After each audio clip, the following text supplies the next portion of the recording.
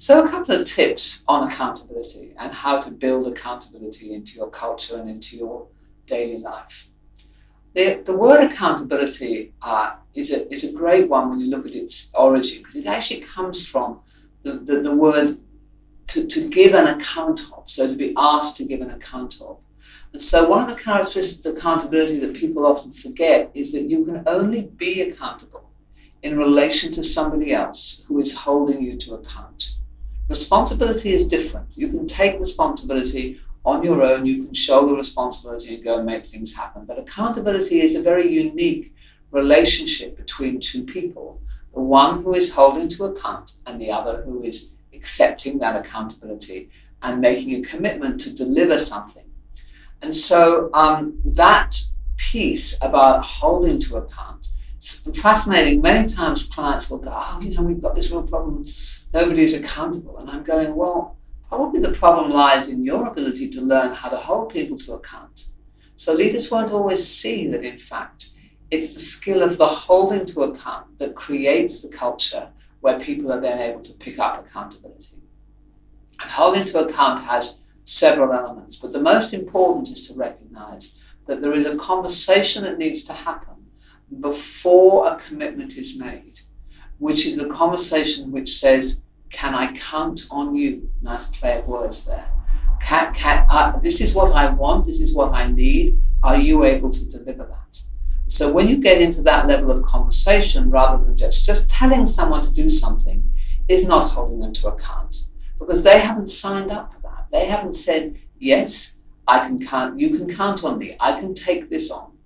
So there's a whole process of engagement, negotiation, getting clear, what would it take, can you do that, what's the deadline, is it definite, is it a commitment?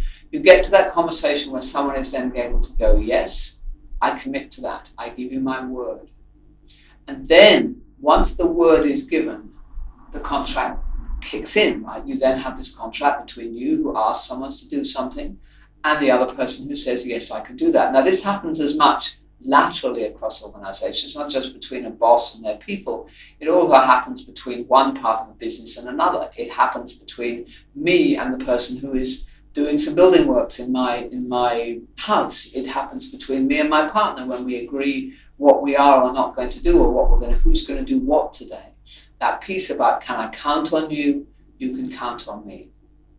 So most people, when they look at accountability, start to look at what happens at the back end. They look at the consequences. They look at, how can I hold someone to a commitment they made? What do I do if they don't deliver on that?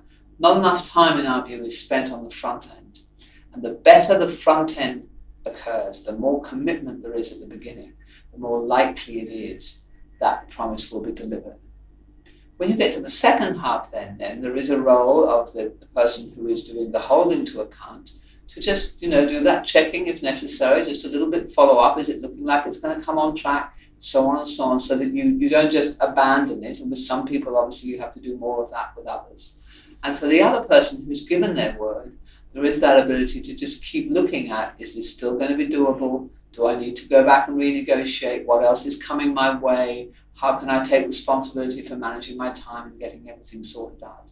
And then finally, at that moment where the deliverable is due to be given, there is then that the keep score, the keep scoring element about was it delivered or not, and is there then some consequence, some reward, or some penalty for that. But most of the heavy lifting work happens at the beginning. So that's how we like to think about accountability, again, breaking it down into small pieces and thinking about how we can start to build it.